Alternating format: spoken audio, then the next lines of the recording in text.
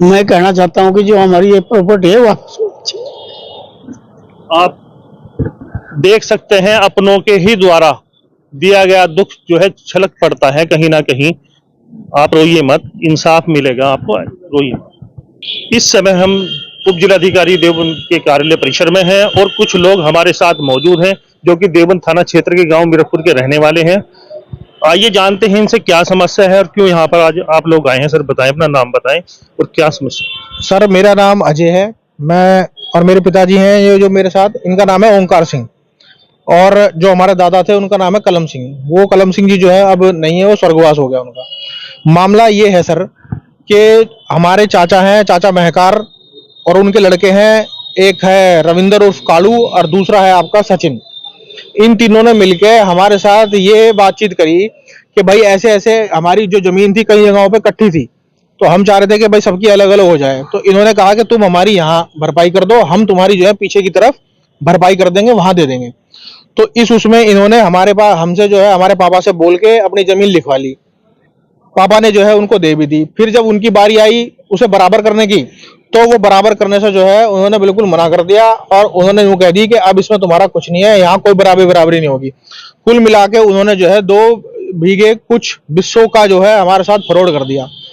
दूसरी चीज इसमें एक और मामला यह है कि एक हमारा घेर है जो 18 बिस्से का है, गांव में ही है।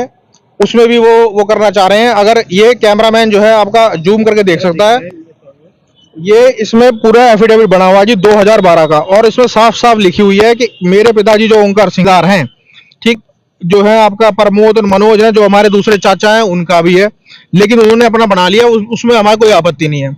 जो आपत्ति कर रहा है वो महकार सिंह कर रहा है जो हमारा चाचा है, और जो रविंदर उर्फ कालू और सचिन।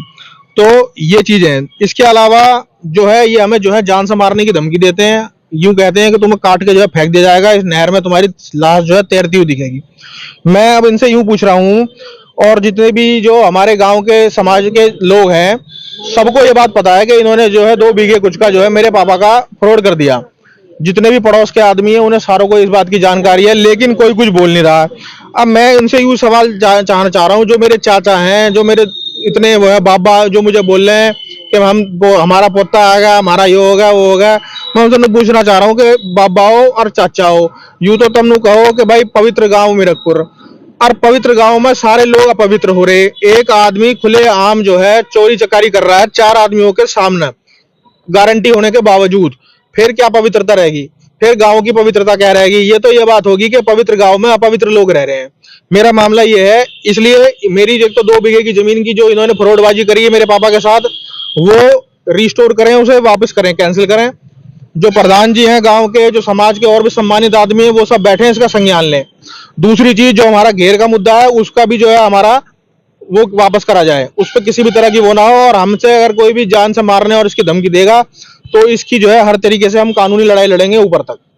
ये मेरा वर्तमान में आप गांव में ही रहते हैं, कहाँ रहते हैं? ये वर्तमान में जो है हम फरीदाबाद शहर में रहते हैं, और फरीदाबाद शहर में सन 1986 से जो है बसे हुए हैं, क्योंकि पापा वहां नौकरी करने चले गए थे सन 86 में ही। उसके बाद से हम लोगों की वहीं पढ़ाई लिखाई वगैरह शादी वादी जो हो गई सब वहीं हो गई। यहाँ हम अपना जो है कभी त्योहार हो गया, किसी की हमारी घर की शादी हो गई, कोई वैसा मिलना जुलना हो गया तो हम आ गए, नहीं तो हमारे पास इतना टाइम होता नहीं है कि हम लोग जो है यहाँ पे गाँव में पूरी तरीके से रह पाए। आप समझ सकते हैं, गांव से दूर रहते हैं, शहर में हैं, और परिवार के लोगों के द्वारा इस तरह की अगर कोई कार्य किया जाए तो कितना मन दुखता है अपने ही परिवार के लोगों द्वारा इस तरह की। आप क्या कहना चाहेंगे? मैं कहना चाहता हूँ कि जो हमारी ये प्रॉपर्टी है वापस होनी चाहिए। आप देख सकते हैं अपनों के ही द्वारा दिया गया दुख जो है छलक पड़ता है कहीं ना कहीं। आप रोइए मत, इंसाफ मिलेगा आपको, रोइए मत। कुछ कहना चाहेंगे? मैं यही कहना चाहता था कि जो हमारे प्रधान और गांव के समाज के आदमी हैं, वो हमारी जो चीज है वो हमें मिलनी चाहिए। अपने अधिकार के लिए गुहार लगा रहे हैं, उप जिलाधिकारी कार्यालय परिसर में खड़े हैं। आप क्या कहना चाहेंगे? फादर भी आपके इस समय भावुक हो गए हैं। भावुक हो गए हैं ये, क्योंकि भावुक इसलिए हो गए कि इन्होंने जो है अपने भाई के ऊपर जरूरत से ज्यादा विश्वास कर लिया, और अपने भतीजों के ऊपर। जो भतीजे और जो भाई इनसे कभी लाख रुपए ले गए, कभी कि वहां जी खेतों पे लोन हो गया है, उसका कर्जा हो गया है, उसके लिए 2 लाख रुपए दे दो, ट्रैक्टर पे आज इस पे कुछ हो गया मामला, इस पे 40,000 रुपए दे दो, ऐसे ऐसे करके जो है इनसे कुछ ना कुछ करके हमेशा किसी ना किसी तरीके से मदद लेते रहे हैं।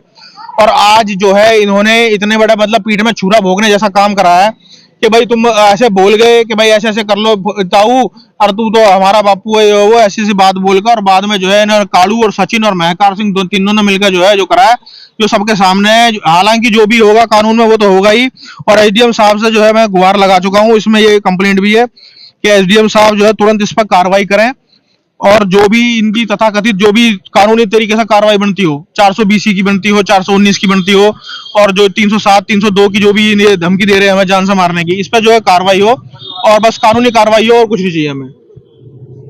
आपने अभी देखा लाइव कैमरे में किस तरह से पीड़ित जो है अपने अधिकार के लिए, अपनी जो संपत्ति है उसे बचाने के लिए गुहार लगा रहे हैं, एसडीएम कार्यालय परिसर में खड़े हैं। और इनका दुविधा एक ये भी है क्योंकि ये यहाँ के रहने वाले नहीं है। आप सोच सकते हैं कितनी परेशानियों का सामना करना पड़ता है इस तरह की सिचुएशन में। मनदीप रमेश अपने सहयोगी अजित कश्यप के साथ, सचनामा, India plus news, Deoband. India plus news, सिर्फ वही जो सही।